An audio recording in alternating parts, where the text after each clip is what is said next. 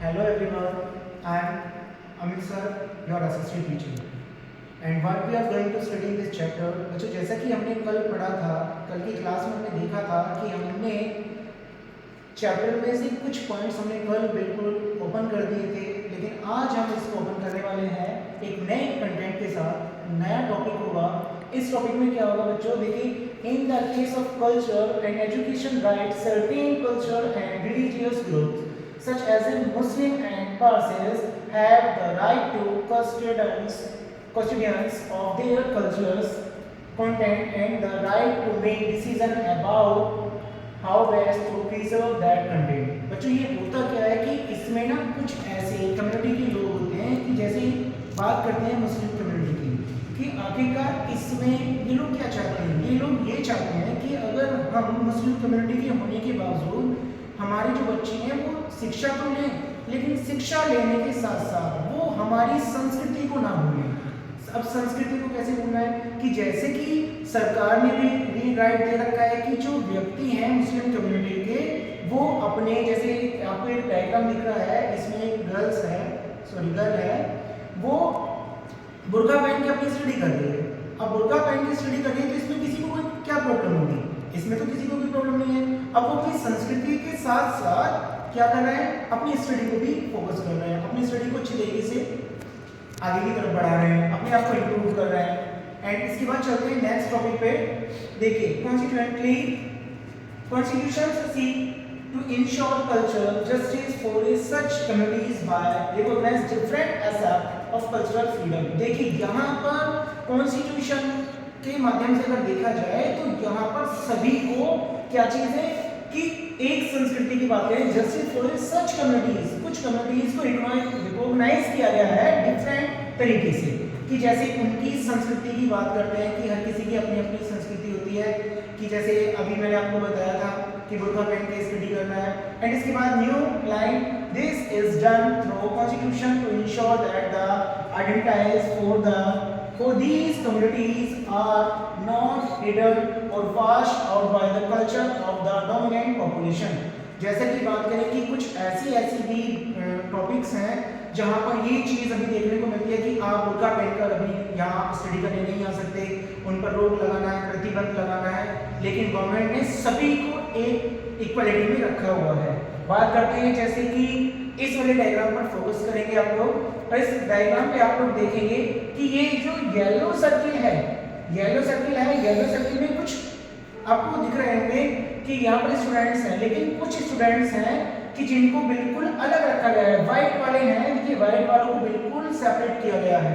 तो इसका मतलब क्या कि ये अपनी संस्कृति को भूल गए? नहीं, जो ये अपने कल्चर के साथ स्टडी कर रहे हैं, सेम ये भी तो अपने कल्चर को साथ लेके स्टडी करेंगे ना। तो आपको ये वाली बात समझ में आ रही होगी। नेक्स्ट चलते हैं।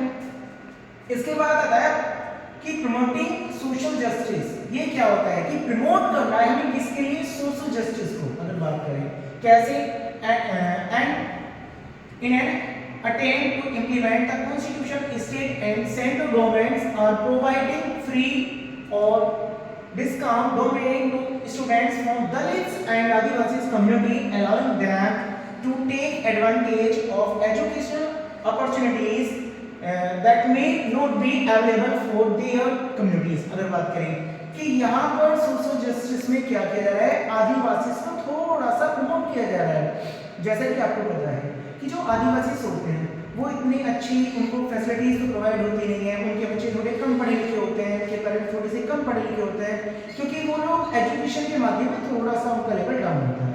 अब इसमें क्या है कि यहाँ पर सरकार ने उनको थोड़ा सा क्या किया है कि डिस्काउंट दे रहे हैं, सिर्फ किसमें?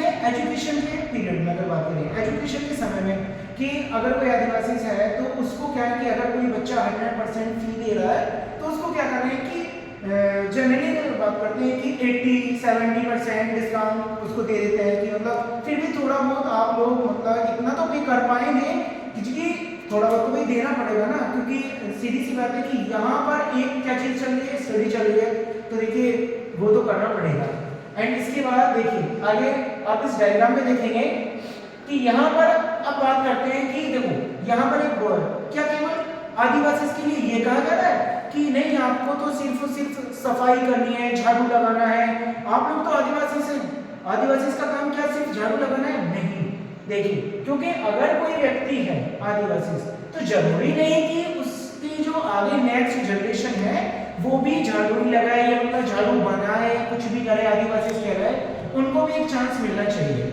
नेक्स्ट देखिए, laws are often by government to ensure that effective action is taken to reduce economic inequalities. वो भी तो यही चाहते हैं कि हम लोगों की भी कुछ क्वालिटीज हैं वो किस में हो जाए, इकोनॉमिक में चेंज हो जाए।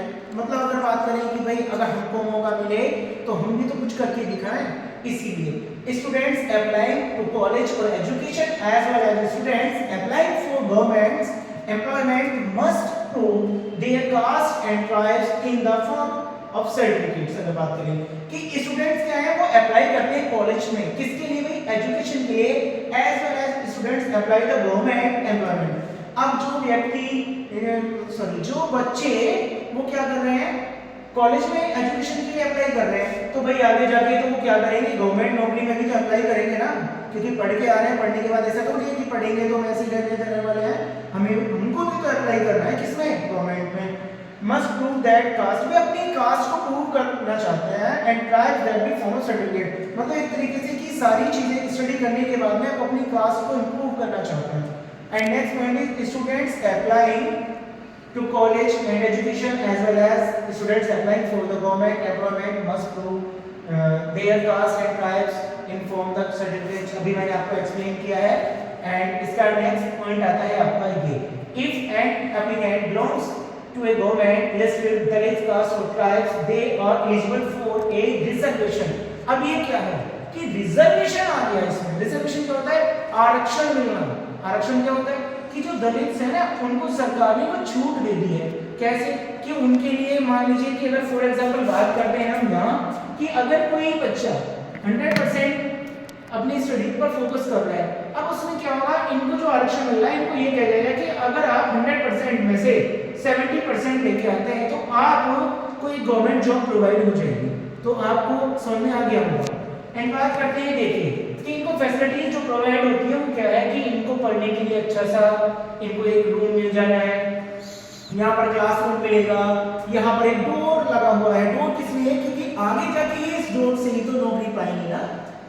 अरे दलित ही थोड़ी ना पाएंगे जो इस वीडियो को देख रहे हैं। अगर आप अच्छे तरीके से वेल स्टडी करके इस चैप्टर को कवर अप करेंगे तो आप भी तो नौकरी पाएंगे ना, सेम एज वही है। इसके बाद देखिए, the government offers a collection a marginal grades for admission of universities especially vocational training institution। देखिए भाई क्या होता है कि गवर्नमेंट ने ऑफर कर दिया है इनको किसके लिए कि इनको मार्जिन दे दिया एक तरीके से। मार्जिन क्या होता है? छूट दे दी है। किस लिए दे दी छूट? छूट इसलिए दे दी है ताकि ये अपनी क्या कर सकें, अपने आप को इंप्रूव कर सकें। And only Dalit and tribal candidates over the threshold are eligible to participate।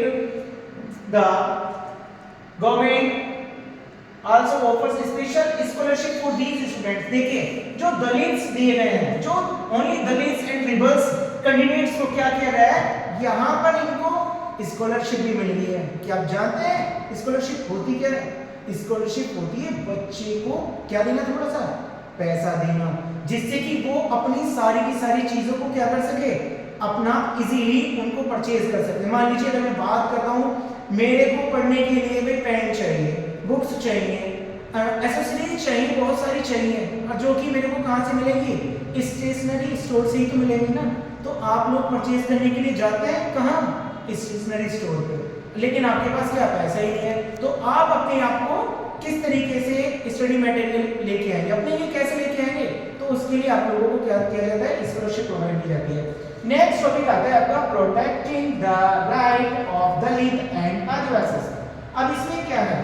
Our country has strict policies to protect marginalized communities from discrimination and exploitation। अब इसमें क्या है कि हमारी कंट्री है ना, कुछ स्ट्रिक्ट पॉलिसीज हैं, उनको फॉलो किया है, मार्जिनलाइज किया है कम्युनिटीज के हिसाब से। कैसे कि the schedule caste and tribes. Schedule caste जानते हैं ना क्या होता है आपको? हाँ, मैंने आपको पहले भी बताया हुआ है। Schedule caste and tribes prevention, The Atrocities Act was enacted in 1989 to protect Dalits and Adivasis from domination and abuse by dominating castes. देखिए इसमें क्या है कि चाहे कोई शेड्यूल्ड कास्ट हो या कोई ट्राइब्स हो, उनको कोई एब्यूज नहीं कर सकता। अगर कोई करता है कि मान लें कि जैसे फॉर एग्जांपल इनेक्टेड कर देगा उसको कब 1989 में प्रोटेक्ट दलित्स एंड आदिवासीज, ठीक है, इनको बचाया जाएगा। अब कोई ये नहीं कहेगा, अब कोई इसमें नहीं कहेगा, क्यों? क्योंकि कि भाई आप केवल इसमें जो बच्चा दिख रहा है ना, आपको स्टूडेंट दिख रहा है, इसमें सिर्फ ये नहीं होगा कि भाई आपको झाड़ू नहीं लगानी है, आप आदिवासी से हैं, आप कम्युनिटी से बाहर है, ये वाले पोर्शन अब बिल्कुल बंद हो गए, क्योंकि इसमें क्या बोल दिया है, protecting the right of Dalits and Adivasis. Adivasis and Dalits के जो भी राइट है उन्हें प्रोटेक्ट कर दिया गया है। तो समझिए आप इस टॉपिक को। इससे आगे चलते हैं। देखिए कुछ पॉइंट्स हैं जो अब इसके बारे में एक्सप्लेन कर रहे हैं। Many aggressive Dalits groups have emerged, कि बहुत सारे जो दलित ग्रुप्स हैं वो एक साथ क्या हो गए, इमर्ज हो गए एंड डिमांडिंग देयर राइट्स, और किस चीज की डिमांड करने लगे, अपने राइट्स की, and refusing to perform so called caste obligation and focusing on fair treatment. देखिए वो यही चाहते हैं कि भाई अगर हम आदिवासी हैं भी, अगर हम आदिवासी हैं तो कोई हमें परेशान ना करे, हमें ट्रीट ना करे, क्योंकि अगर हम हैं तो हैं। अब इसमें क्या कर सकते हैं, Many aggressive Dalits groups have emerged demanding, same यही वाला क्वेश्चन है, टाइपिंग में प्रॉब्लम हो गया है, नो प्रॉब्लम। नेक्स्ट चलते हैं आगे, ये मैंने आपको एक्सप्लेन कर दिया है। इससे आगे देखिए ये वही डायग्राम आपको शो किया जाएगा। Adivasi people successfully organise themselves in 1970s। देखिए आदिवासी पीपल जो हैं उन्होंने अपने आप को क्या कर लिया भाई, सक्सेसफुली ऑर्गेनाइज कर लिया एंड कब कर लिया, 1970s से लेके 1980s तक, and demanding equal right and the return of land there wealth. देखो भाई ये क्या डिमांड कर रहे हैं, मैंने आपको लास्ट वाले चैप्टर में बताया था कि आदिवासी जो व्यक्ति हैं उनको उनके जंगलों से बाहर निकाल दिया है, उनको उनके घर से बाहर निकाल दिया गया है, उनकी इकोनॉमिक वेल्थ अगर एक बात करें खराब हो चुकी है, या उनकी वेल्थ को छीन लिया गया है, उनकी संपत्ति को छीन लिया गया है, किसने, गवर्नमेंट ने।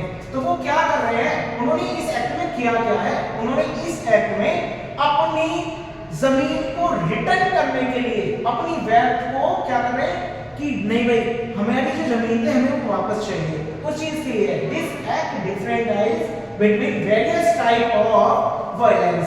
अब क्या हो गया कि ये जो अलग तरीके का जो एक्ट है ये किसके टाइप से है भाई, ये तरीके से वायलेंस हो रहा है उनके साथ कि उनकी जमीन छीन ली गई और अभी तक उनको प्रोवाइड नहीं हुआ है। नेक्स्ट पॉइंट आता है आपका कि it list forms of physical and deeply immoral humiliation and depriving Dalits and Adivasis of their limited wealth और making them works and slaves. अगर बच्चों हम बात करते हैं कि आखिरकार होता क्या है, इमोरल की बात करें, आखिरकार इमोरल है क्या, तो इमोरल है अनएथिकल अपमान, मतलब ये है इनका अपमान हो रहा है भाई, अनैतिक तरीके से इनका क्या हो रहा है, अपमान हो रहा है। एंड आखिरकार ये इन चीजों से क्या है, वंचित है। कौन है वंचित, दलित एंड आदिवासी, दलित एंड आदिवासी वंचित हैं। अगर बात करें आखिरकार इनको वर्क कैसे करना है, देखिए कि ऑफ देयर लिमिटेड वेल्थ और making them work as slaves, इनको एक मजदूर की तरह वर्क करना है। तो मतलब ये तो इनके साथ नाइंसाफी हो रही है एक तरीके से देखा जाए तो। इसके बाद चलते हैं next point, crime against Dalit and indigenous woman.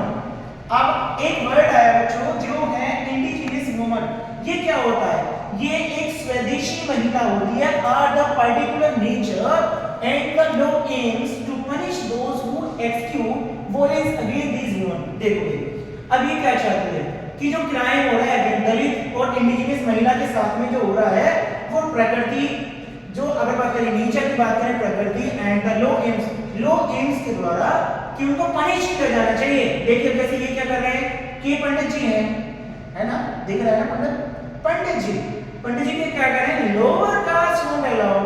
अब इनसे बोलते हैं, अगर आप क्या कहें कि मान लें कि पंडित जी के घर पे कोई फंक्शन हो रहा है और इन्होंने पूरे अपनी सोसाइटी में इन्विटेशन दिया है। अब इन्विटेशन देने के बाद में क्या हो रहा है, इन्होंने सिर्फ एक वर्ड बोला कि जो भी कोई व्यक्ति जा रहा है, ठीक है, दावत में तो सभी जाएंगे, जब इन्विटेशन मिलेगा आप भी जाएंगे ना, हाँ। इसके बाद लोअर कास्ट नॉट अलाउड, और फिर आप ये कहते हैं कि लोअर कास्ट अलाउड नहीं है, तो लोअर कास्ट मतलब जो दलित व्यक्ति हैं या आदिवासी हैं उनको तो ये लोग बुला नहीं रहे, तो ये तो इनके साथ अभी भी गलत हो रहा है। इसके बाद चलते हैं बच्चों, देखिए and manual scavenging, the method of collecting human and animal etc from dry latrines with brooms, tin plates and buckets and taking its on once had to dumping site some distance away। बच्चों ये क्या है, देखो ये होता है manual scavenging, होता है कि आपने देखा है कि आप लोगों का एक मेथड होता है कि जैसे ह्यूमन बीइंग्स होते हैं, एनिमल्स होते हैं, वो एक साथ क्या करते हैं कि मतलब फॉर एग्जांपल कि एक्सट्रैक्ट में जाते हैं कि जो ड्राई लैट्रिन्स होती हैं जब वॉशरूम जाते हैं, आप लोगों ने देखा है कि गवर्नमेंट जो कहती है वो ये कहती है कि जो लैट्रिन्स हैं जिसमें हम अपने जो मैनुअल को मतलब वेस्ट मटेरियल को बाहर निकालने जाते हैं, तो क्या होता है कि उसको स्क्रैपिंग करने के लिए जो एक्स्ट्रा है उसमें क्या करना है कि ऐसा होना चाहिए, लैट्रिन्स ऐसा होना चाहिए जिसमें वो नीचे की तरफ ही चला जाए, उसको निकालने के लिए किसी की जरूरत ना पड़े। लेकिन यहाँ पर क्या है, यहाँ पर उसको निकालने के लिए ये कहा जा रहा है कि आप आदिवासी से लोग हैं, आपको हमारी जो लैट्रिन्स है उसको निकालना पड़ेगा। किसकी हेल्प से निकालना पड़ेगा बच्चों, देखिए लैट्रिन्स विद ब्रूम्स, झाड़ू की सहायता से, and tin plates and buckets and taking the one heads and dumping side, कि हमारे घर से आए और हमारी लैट्रिन्स को उठाए झाड़ू की सहायता से और कहीं बाहर जाकर उसको क्या करते हैं, डंप कर दें, वहां से कहीं हो, तो ये तो भाई नाइंसाफी है ना। तो इसलिए सरकार ने क्या कर दिया है, अब आपने देखा ना प्लास्टिक के पाइप यूज हो रहे हैं, तो अब तो भाई प्लास्टिक के पाइप हो रहे हैं, अब कोई निकालने नहीं आता है, इस चीज को ध्यान में रखना। देखिए इस डायग्राम में आपको दिखाई देगा कि ये एक व्यक्ति है जो आदिवासी है, इसको फोर्सली किया जा रहा है कि भाई हमारा लैट्रिन्स का टैंक है ये फुल हो चुका है। अब इन्होंने ये मैम ने क्या कहा है कि अब आप इसको ना खाली करें, किसकी हेल्प से, ब्रूम्स की हेल्प से, और ब्रूम्स की हेल्प से इसको क्या करें, खाली करें।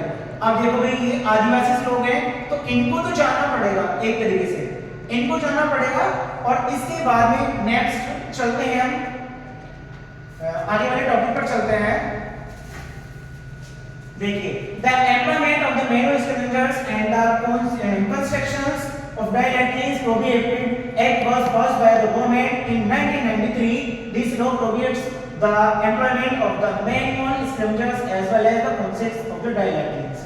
ये मैंने आपको बता दिया है कि गवर्नमेंट ने पास किया है कि अब से कोई 1993 में कोई भी आदिवासी किसी की लैट्रिन्स को उठाने के लिए नहीं आएगा या उनके डैम को सफाई करने के लिए नहीं आएगा। अब इसमें क्या होगा, the government pass the employment manual scavengers, देखिए the government pass the employment manual scavenger and dry toilets construction ban act. अब इसको क्या कर दिया, इसको इस एक्ट को बैन कर दिया गया, इस चीज को ध्यान रखना। इसके बाद आदिवासी demand and the 1989 act, Adivasi ने क्या किया है, डिमांड किया है किसके लिए, एक्ट के लिए, वो भी कब, 1989। देखिए इसमें क्या है, it will help Adivasi defend its right to claim the land is previously owned. देखो भाई उन्होंने क्या कहा है कि जो जमीन है ना वो इनकी अपनी होनी चाहिए पर्सनल। देखिए इसके बाद Adivasi are often unwilling to move and have been forcibly removed from the land. Adivasis suggest that those who invade tribal areas, the force should be punished under the law. अगर कोई भी फोर्सली इनकी जमीन को लेता है तो क्या होता है भाई, देखिए इनको रिमूव कर दिया जाएगा, क्या फोर्सली रिमूव द लैंड, इनको इनकी जमीन से रिमूव कर दिया जाएगा। एक्टिविटी सजेस्ट होगी कब, जब ट्रिबल्स एरिया फोर्स करके इनको पनिश किया जाएगा अंडर द लॉ, कानून के अंदर। नेक्स्ट पॉइंट देखिए, अब ये आदिवासी की आपको पिक्चर दिख रही है, जब इनके लिए ये वाली चीजें आ गई तो ये लोग खुश हो गए, और इसके बाद नया पॉइंट आता है क्या, इसको थोड़ा सा स्क्रीन को ऊपर करेंगे एंड देखेंगे कि they have also pointed out that this act only confirms what the constitution already promised tribal people, that land belonging to tribal people cannot be leased।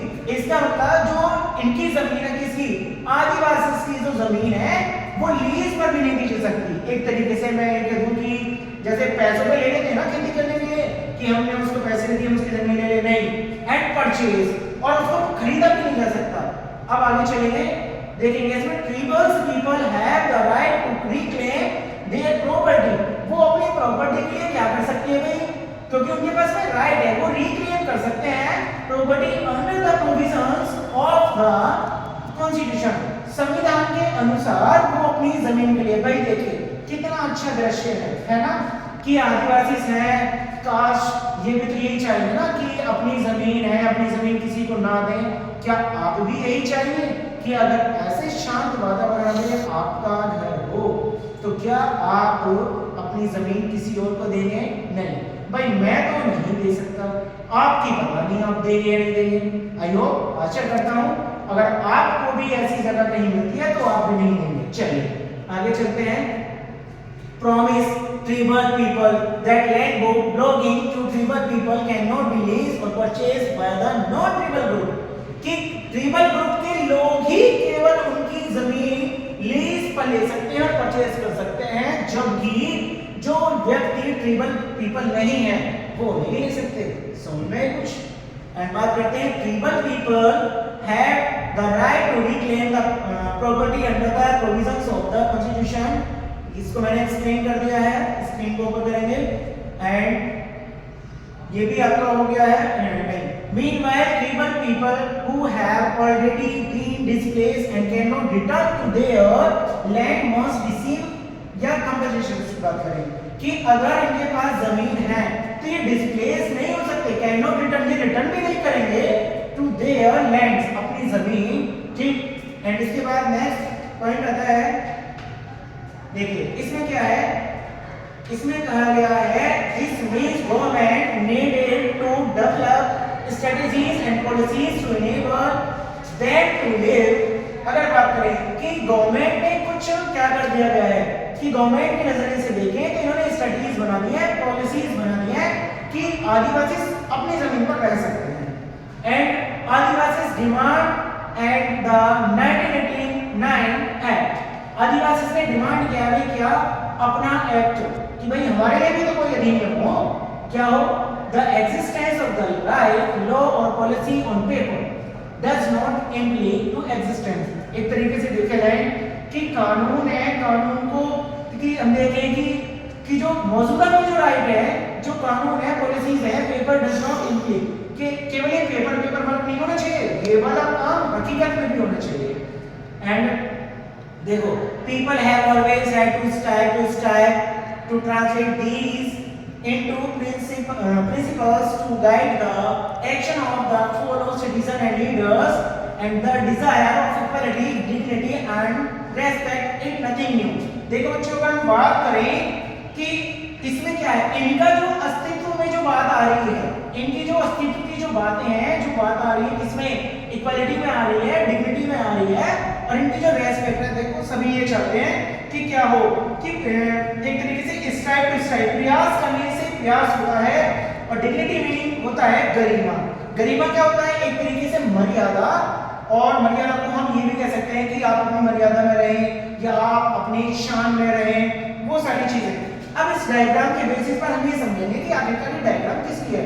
देखिए एक स्टोरी मैं आपको लास्ट पॉइंट पे इस चैप्टर की बिल्कुल लास्ट स्टोरी है, तो इसे थोड़ा सा कंसंट्रेट से आप लोग सुनिए। देखिए होता क्या है कि गांव होता है, गांव में एक स्कूल होता है, स्कूल में कुछ बच्चे होते हैं और बच्चों के लिए मिड डे मील बनाती है एक महिला। मिड डे मील जानते हो ना, कि फॉर एग्जांपल कि मिड डे मील में क्या होता है, मिड डे मील जानते हो ना, बच्चों को जो खाना बनाया जाता है उसे, बच्चों को तो स्कूल में खाना दिया जाता है, गवर्नमेंट स्कूल में, उसे मिड डे मील कहा जाता है। अब क्या हुआ कि गांव में कुछ लोगों ने क्या कहा, इस वुमन को एक नाम से संज्ञा दी और क्या कहा कि अब आपको अभिशाप है या हम इसके हाथों के द्वारा बनाया हुआ खाना नहीं खाएंगे। क्यों भाई? क्योंकि ये क्या नाम, एक तरीके से कि ठीक नहीं है, इसकी जाति छोटी है, हम अपने बच्चों को खाना नहीं खाने देंगे। अब यही बात एक अधिकारी को पता चलती है कि उस गांव में एक महिला है जो बच्चों के लिए खाना बनाती है, लेकिन बच्चों के जो फैमिली वाले हैं वो अपने बच्चों को खाना नहीं खाने दे रहे हैं। लेकिन ये क्या करते हैं, ये महाशय गांव में पहुंच जाते हैं, और गांव में पहुंचने के बाद क्या होता है कि ये इनके हाथों का बना हुआ खाना खाते हैं।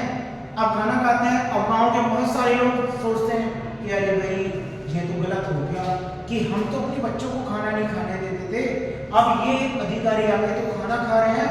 अब खाना खा रहे हैं तो इसके हाथों में कुछ ना कुछ बात तो जरूर होगी, जब भी तो इतना बड़ा अधिकारी खाना आके खा रहा है। सोचेंगे ना, आप भी यही सोचेंगे कि ये इतना बड़ा अधिकारी खाना कैसे खा सकता है, जबकि पूरे गांव के बच्चे नहीं खा रहे हैं।